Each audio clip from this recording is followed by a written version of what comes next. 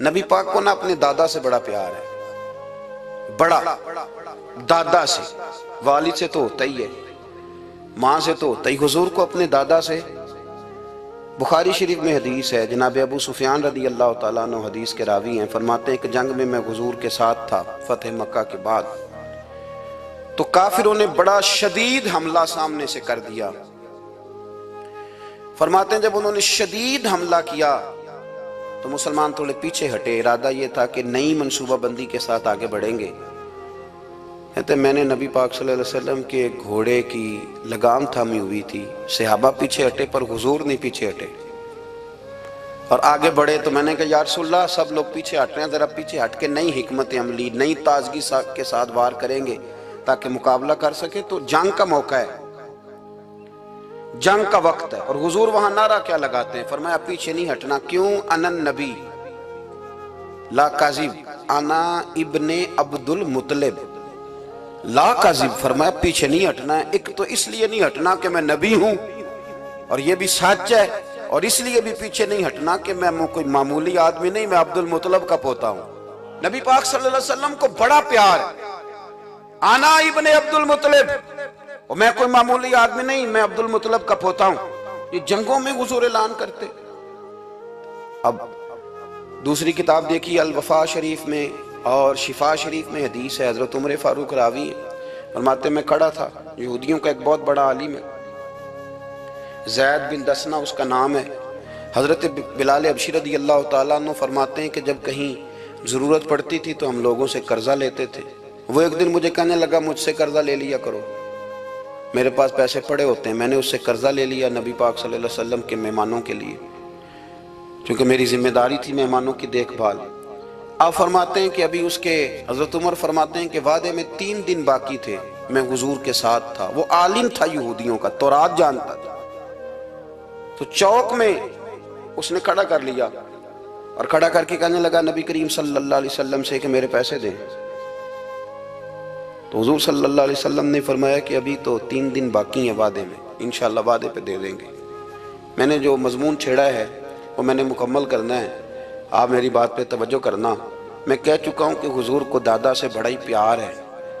اب وہ یہودیوں کا عالم کیا کہتا ہے نبی پاک کو، تانا کس طرح دیتا ہے، معاذ اللہ ثم معاذ اللہ، نقل کفر کفر نہ باشا۔ جب حضور نے کہا نا ابھی 3 دن باقی ہیں، تو کہنے لگا جی معاذ اللہ ثم معاذ اللہ، پھر معاذ اللہ، کروڑ دفعہ معاذ اللہ۔ کہنے لگا جی عبد المطلب کی اولاد کا طریقہ یہ ہے، پیسے لے لیتے ہیں پھر واپس نہیں کرتے، ہے نا اشتعال والی بات۔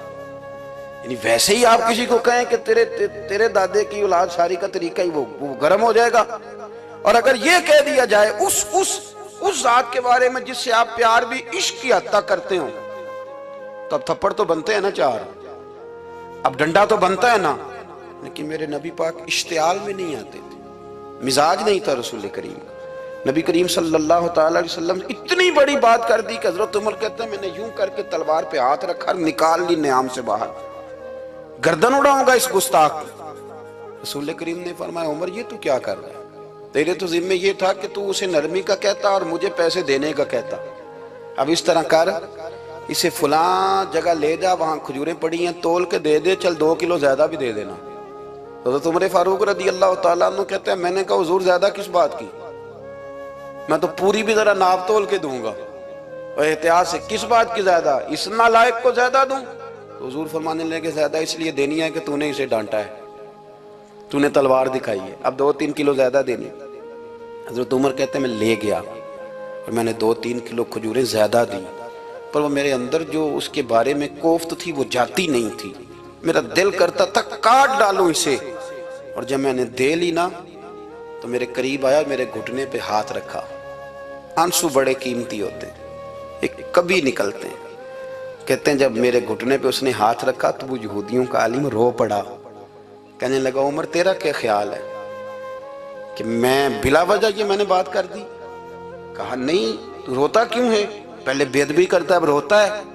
تو کہنے لگا عمر میں کوئی معمولی آدمی نہیں، میں پڑھا لکھا بندہ ہوں، معمولی ہوتا تو جلدی مان جاتا، میں تورات کا، انجیل کا، زبور کا عالم ہوں، میں نے آخری نبی کی ساری صفتیں اپنی کتابوں میں پڑھی ہیں، میں نے ساری باتیں چھپ چھپ کے نبی پاک میں دیکھ لی تھی، ایک بات میں نے حضور کی آزمانی تھی ابھی، وہ یہ تھا کہ نبی پاک کے سامنے جتنی بھی جہالت کرو گے نا، اللہ کے رسول کا حلم اس پر غالب آ جائے گا، حضور کا صبر اس پر غالب آئے گا۔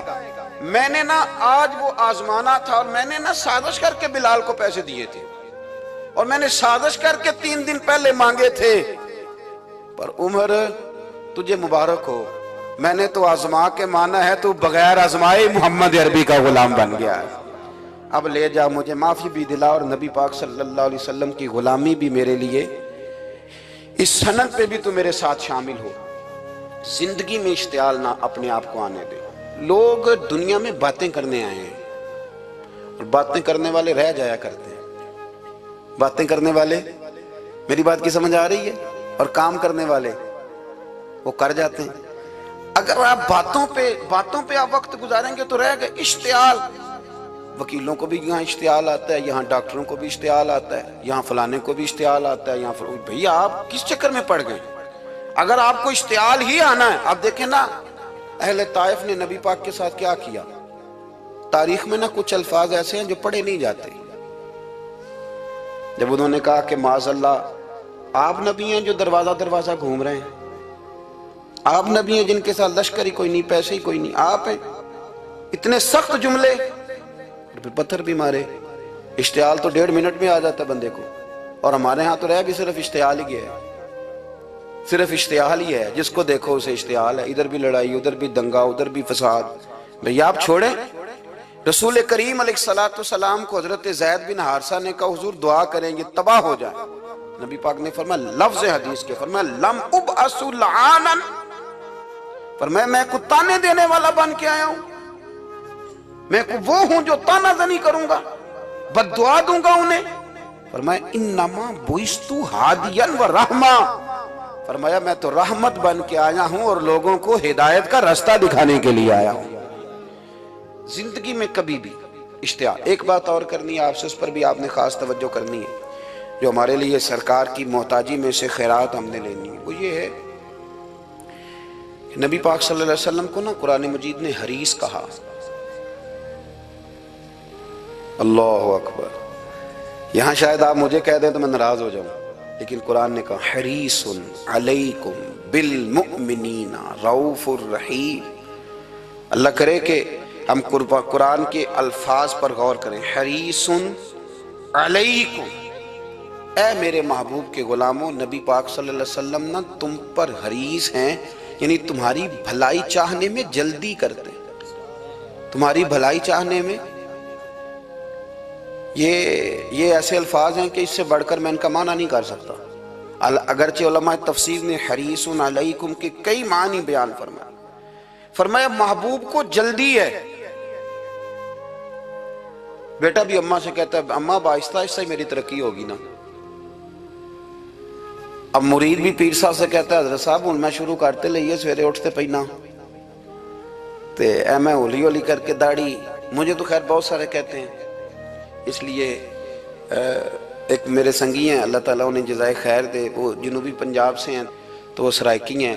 اب ہمیں اللہ نے یہ اعزاز دیا ہوتا ہے کہ ہمارے پاس ہر زبان کا بندہ ہوتا ہے، اس لیے کئی دفعہ اپنی زبان بھی گڈ مڈ ہو جاتی ہے، کیونکہ سب سے بات کرنی ہوتی ہے نا جی۔ تو مجھے کہنے لگے ایک دن فون کر کے پیر صاحب مبارک ہو گئے۔ میں نے کہا جی خیر مبارک، کیا ہوا؟ کہنے میں ان چھوٹی چھوٹی داڑھی رکھ لئی اللہ دے فضل نہ۔ میں کہا چلو میں تیری مبارک قبول کیتی تو مہربانی کریے انہوں کھاد شاد باندھا رہی تاکہ تھوڑی بڑی بھی ہو ہی جائے کہ مبارک ہوئے۔ میں چھوٹی چھوٹی، میں کہا چلو اللہ کریم خیر کرے گا بڑی بھی ہو جائے، حالانکہ داڑھی کا کوئی وزن ہی نہیں ہوتا، کیوں ہوتا ہے نہ چھوٹی کا نہ بڑی کا، اللہ سمجھنے کی توفیق عطا فرمائے۔ باہر کا جو بات عرض کرنی ہے اس کی طرف آتا ہوں آپ حضرات سے۔ حریص علیکم، بھئی ہر بندہ کہتا ہے میں آہستہ آہستہ چلوں گا، لیکن نبی پاک صلی اللہ تعالیٰ علیہ وسلم نے شوق رکھتے میری امت کو جلدی سے خیر ملے، جلدی سے۔ آپ دیکھیں نا ہم نے نا اصل میں سنی تقریریں، سنانے والوں نے سنا دیں، بس وہ ٹھیک ہے ایک نظام ہے، لیکن کبھی کبھی نا ہم الجھ جاتے ہیں، اڑ جاتے ہیں کہ یار ایسے بھی ہوتا ہے۔ نبی پاک جلدی کرتے ہیں اپنی امت کو خیر دینے میں، جلدی۔ حضرت ابو ہریرہ نے حافظہ مانگا تو فٹافٹ دیا حضور، حضرت جابر ابن عبداللہ نے کہا حضور گھر میں غربت ہے، تو فرمایا یہ کلو لے جا، کھول کے نہ دیکھنا کھجوریں، کھاتا رہنا، ختم کوئی نہیں ہوں گا۔ جس نے جو مانگا نا، جو ذرا جلدی کر کے، مرنا ہے، پھر قبر میں جانا ہے، پھر قیامت تک قبر میں لیٹنا ہے، پھر قبر سے اٹھنا ہے۔ وَإِذَا الْقُبُورُ بُعْثِرَتْ عَلِمَتْ نَفْسٌ مَا قَدَّمَتْ وَأَخَّرَتْ، پھر وہاں سے اٹھ کے حساب دینا ہے۔ حساب کے بعد جنت دوزخ کا فیصلہ ہونا ہے۔ اور میرے نبی پاک صلی اللہ علیہ وسلم کو بڑا شوق ہے امت جلدی جلدی جنت میں جائے، لہذا فرمایا ابو بکر تو بھی جنتی ہے۔ حضور وہ قبر، وہ اٹھنا، وہ حساب کتاب، فرمایا میں جانوں اللہ جانے۔ عمر تو بھی جنتی ہے، عثمان بھی جنتی ہے، علی بھی جنتی ہے، طلحہ بھی جنتی ہے، زبیر بن عوام بھی جنتی ہے، طلحہ بن عبید اللہ بھی جنتی۔ 10 بندوں کو نہ کھڑے کھڑے جنت۔ امام حسن اور حسین پیچھے کھیل